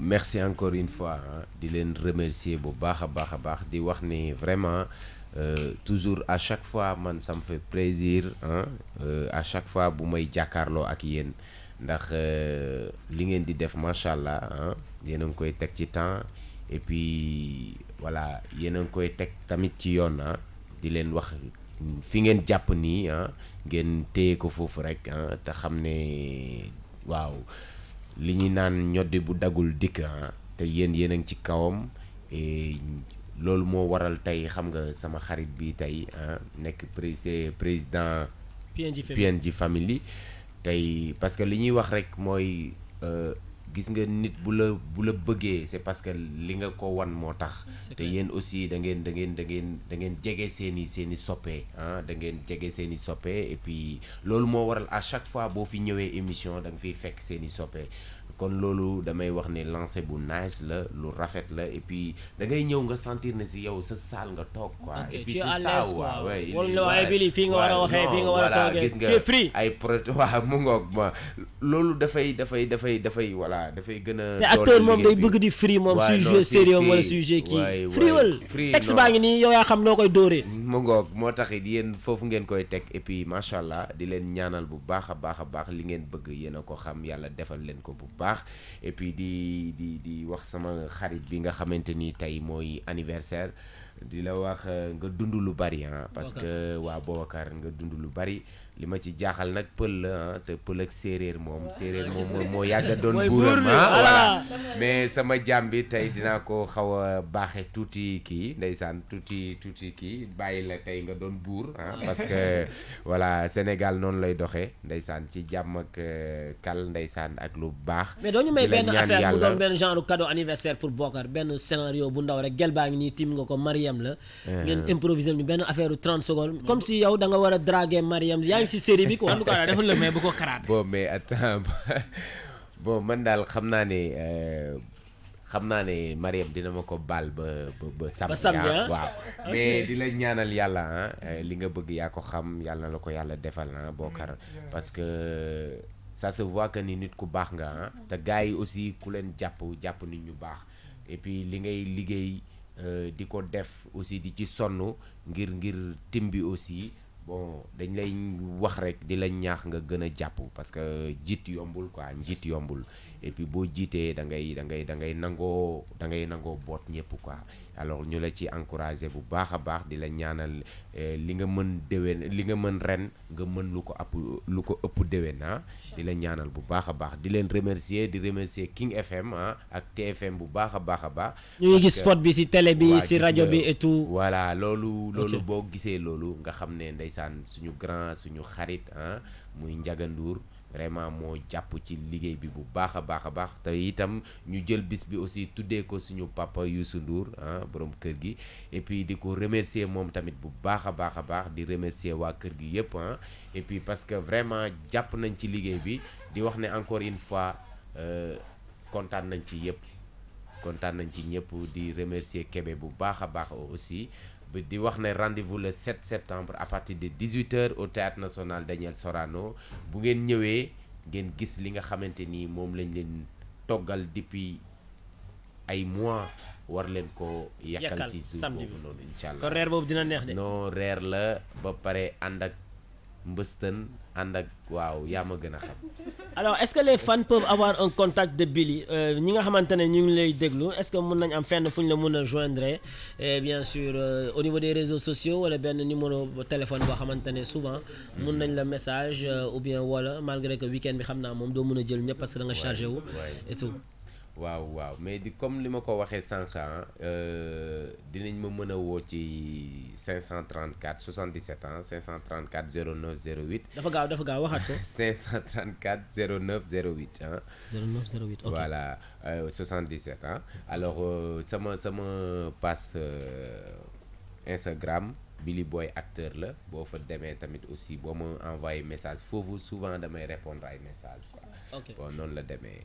mais di kontaan ci yéen ñëpp di kontaan sama xarit yi ma fi fekk nii sama mbokku joolaa bi di la wax ne courage affaire yi moom noonu la yàlla def ndeysaan balaa ren ak déwén nga gis lu kawe sa njort macha allah alors bii nga pour ñëpp. merci ak suñu wujju tubaab la ki nga xamante ne gunge na la et tout. waaye si c'est vrai gis nga des fois lu la jege nga fàtte ko noonu la àdduna demee mais nag ñu ngi koy remercier moom Jami parce que suñu rakk la suñu xarit la aussi à chaque fois aussi gis nañu lim ñuy jàppale ci côté événement bi aussi di ko remercier bu baax di ko ñaanal yàlla li mu bëgg ci carrière am moom moo ko xam yàlla na ko yàlla defal parce que li yombul quoi say nga xewlee say mbokk artistes yëpp teew te boo xoolee tey gis nga waaw boo xoolee tey sama Instagram wala sama kii da ngay gis acteurs yi ak actrices yi ni ñu jàppee ci combat bi quoi da lay leer ne xam nga ku nekk daf ko jël def ko yëfu boppam di ci remercier ñëpp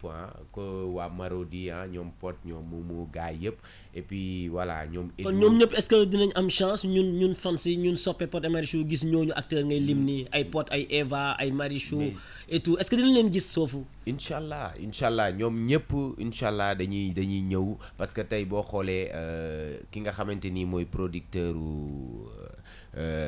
Marodi Mass dafa jënd ay blog billet yu bëri jox ko acteurs yi ak actrices yi pour ñu ñëw alors lu muy geste bu nice boo xam ne def na ko ñu koy big up bu baax a baax et puis di kontaan aussi ci loolu parce que live bi loolu kese la et puis bon di ñaan yàlla. moom moo dugaloon suñu match contre yéen 1-1 bi. mais dafa am beneen match bu ñu war a tëgg te gisuñu loon pot est-ce que dinañ gisaat Billy prochain match PNJ Family contre waa Marodi. non loolu moom bu amee damay ñëw. te damay football incha allah. jeex ban mooy sa poste yow. man yóbbu ma défense rek. défense waaw France kan mooy sa équipe. France kan bon man nag j'aime bien Marseille. Angleterre kan mooy sa équipe. Angleterre nag bëriwu moom kiiwu ma fa noonu. quoi Espagne. waaw Espagne Barça la. Barça waaw Barça. super ok merci encore une fois. dafa am ñu dugg si. ah tàccu leen lii waay. digal.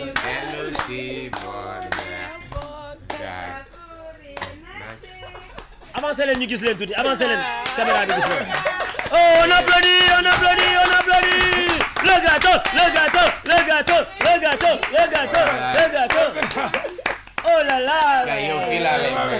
oh là là samay nitu démb laa fi gis fii li rafet na waay. Billy la wax si lii commandé ko am na ñuy déglu xamuñ lu fi xew commandé ko yaa ngi gis benn gâteau lampe yaa ngi tàq. mais sa puusal suñu caméra. vraiment c'est vraiment beau ça se voit mooy li ñu doon wax léegi day wane ne macha allah. c'est la grande famille Bokar voilà c'est ça et puis li mu am solo gars yi kontaan nañu soxna si jegeel Bokar bu la nga sol dama jege ko nga wax ñu sa tur. voilà kay. ok sànq Billy dégg nga kii ñu wooyee ko am téeméer kii tamit am na nu ko PNJ wooyee jigéen bi dugg léegi. ah oui ji. naka lañ koy wooyee kii. fi naa nëwee xam nga luy nëwee cus. est-ce que moom wekkoon nag turam am téeméer wax nañ la histoire bi est-ce que kii jekk na ñu koy wooyee fi naa nëwee. ah non loolu moom damay bàyyi yow mi ko wax rek nga commentaire ko man loolu xaw ma ci lu bari boo ñëwee ci kër da ngay waaw da ngay yàq da ngay yàq xaw waaw mooy loolu mais en tout cas yow loo def noonu la. Billy noo gisee geste bi notre auditrice qui débarque dans les locaux de King FM avec son gâteau en surprise. L'ambiance c'est fun. oui c'est ça se voit que ni lii c'est une famille quoi et puis loolu moo nice man mooy li may wax rek moo tax Bokar xam naa ni xaw ma lan la lebal gars yi nag mais gën a la góorgóorlu parce que li ñuy wax rek li ñuy naan képp ku ñu lebal teraanga nga tiit rek booba naroo koo fay quoi mais je pense que ni yow waaw xalpulaar nga te xalpulaar moom ku ko xam-xam teraangaam quoi ngeen gën a jàppante rek affaire yi loolu la boo jëlee sa moroom def ko ni sa bopp rek lu bëri day nice quoi. ok et puis ça se voit que. ana Fina jegel Bokar ak Billy ma xool Fina taxawal noonu si wetu Billy ak Bokar Fina anamu. ok ñemeel micro bi Fina. foog mu toog de parce que lu mu sol dafa gàtt. foog mu toog. bon ok Fina waaw un petit mot Fina. vas-y Fina vas-y tu viens d'arriver dans les locaux de King FM nuyu nañ la. yaa ngi gis ak sa pare-brise. di baal jàmbur bu ko wax loolu. naka nga def Fina yaa ngi ree rek. dama kontaan moo tax ma reetaan. ok nga fekk ci plateau bi PNJ ak la grande famille Billy Bokar et tout nga def surprise bu rëy bi sa waay narul woon am gâteau nga sigil ko indi gâteau graine d'or bu neex bi bu saf bi te gars yi li ñuy wax dëgg dafa nay de nee na gâteau ba ma jënd ko meew caakare ma ko gënal caagar. Aïcha noo gisee plateau bi ak lan ngay wax Bokar ak Billy bi nga fi fekk. D'abord bonsoir à tout le monde tey Bokar moo xewle te Bokar sama nit la donc lii nii mënul woon ñàkk. donc dama koy ñaanal gudd fan wér gu yaram genre je lui souhaite tout le bonheur du monde parce que Bokar man aw ma fayam parce que Bokar c'est un frère un confident un ami donc une milliardaire. il paraît que léeg-léeg soo bëggee ñëw concert wala soirée PNJ sax PNJ mënuñu woo moom mooy jël portable am wala mu jël otom ñëw ba sa kër jël si la. effectivement Bokar rek moom mën génne. donc nit ku dëggu nga yow tamit parce que bokk nga ci 10 jigéen ñi ñëkk adhéré PNJ Family. tey jigéenu démb nga depuis jamonoy 2009 2010 ba léegi xam nga PNG bàyyiwoo te dégg nga lu ne gis nga lu ne terewul yaa ngi jàpp ba léegi. lu ko jar moo ko jar rek boo leen meloon na leen dem nañ bu yàgg mais tamit ngeen jàppee ba tey bàyyiwoo leen donc du coup peace and love. ok fi naa nëwee bi da nga ko donn wala. Ok, tu viens de rencontrer Billy, une première dans les locaux de King FM. Ça te fait quoi? Est-ce que vous avez vu? Non, franchement, c'est la première fois que je dis Billy. Et ça m'a fait plaisir. En plus, ça m'a donné là. Ah bon? Oui. Il y en a beaucoup là? Suñu scène, il y a beaucoup suñu santi. Diouf. Diouf scène lay sant. Scène neexul de. Fexe leen ko rek ba neexul. Fexe leen ko rek. Ok, ràññee nga ko si Pod et Marichou. Est-ce que rôle bu muy jouer neex na? Waaw, j'aime son rôle, franchement. dafa am xew est-ce que pare nga pour def délégation. non pour Billy rek lu mu woote dañ ciy dem inchallah. Ok, donc ñu ngi lay remercier Billy, ton dernier mot et puis juste après ñu teg benn son wu Canabasse balaa ñuy ñëwaat parce que Abdel mu ngi fii tamit anniversaire am la ñëpp a ngi fii du tàggatoo en beauté tey dañuy dem ba dañ si yokk 15 minutes de plus. Billy, ton dernier mot bien sûr ça sera quoi? Bon, merci encore une fois di leen remercier encore une fois di leen wax ne kontaan nañu torop lii nice na torop et puis nañu gën a nekk ci loolu parce que luy boole ay nit loolu dafa nice te yéen a ngi ci lancé boobu noonu dañ leen ci encouragé di remercier vraiment suñu ñu ñuy jàppale aussi ci événement bi bu baax a baax di ko commencé ci suñu grand suñu xarit muy Ndiaga Ndour quoi vraiment ñu ngi koy remercier bu baax ci lépp parce que gis nañ ni ñuy jàppale ci bagage bi waaw gis nga ak voilà frère de Bouba et Youssou kon voilà ñoom ñëpp voilà gis nga kon loolu mooy wane ne vraiment suñu xol sedd na ci kër gi kër gi moom suñu kër la et di remercier suñu xarit tamit Kébé et di wax ne gars yi vraiment suñu xol sedd na ci yéen man di leen jox nag rendez-vous man maa leen ko jox rendez-vous dimanche inchallah. Ah bon, c'est confirmé? Ouais, c'est confirmé. gars yi ñoo ko dégg noo tàcc leen loolu waaye encore une fois. merci encore une fois. aussi doon lay demee parce que yéen aussi voilà lu ñu mën a def rek xam nga pour affaire yi di gën a neex di gën a yaatu di gën a happy parce que nii dafa neex quoi man yéen à chaque fois damay sentir ne voilà.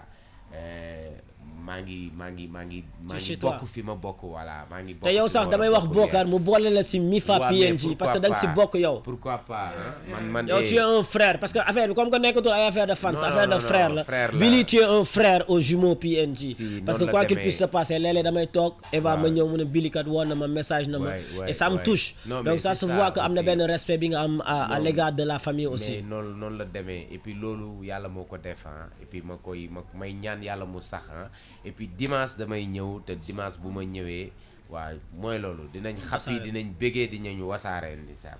Allez, merci beaucoup. On va écouter le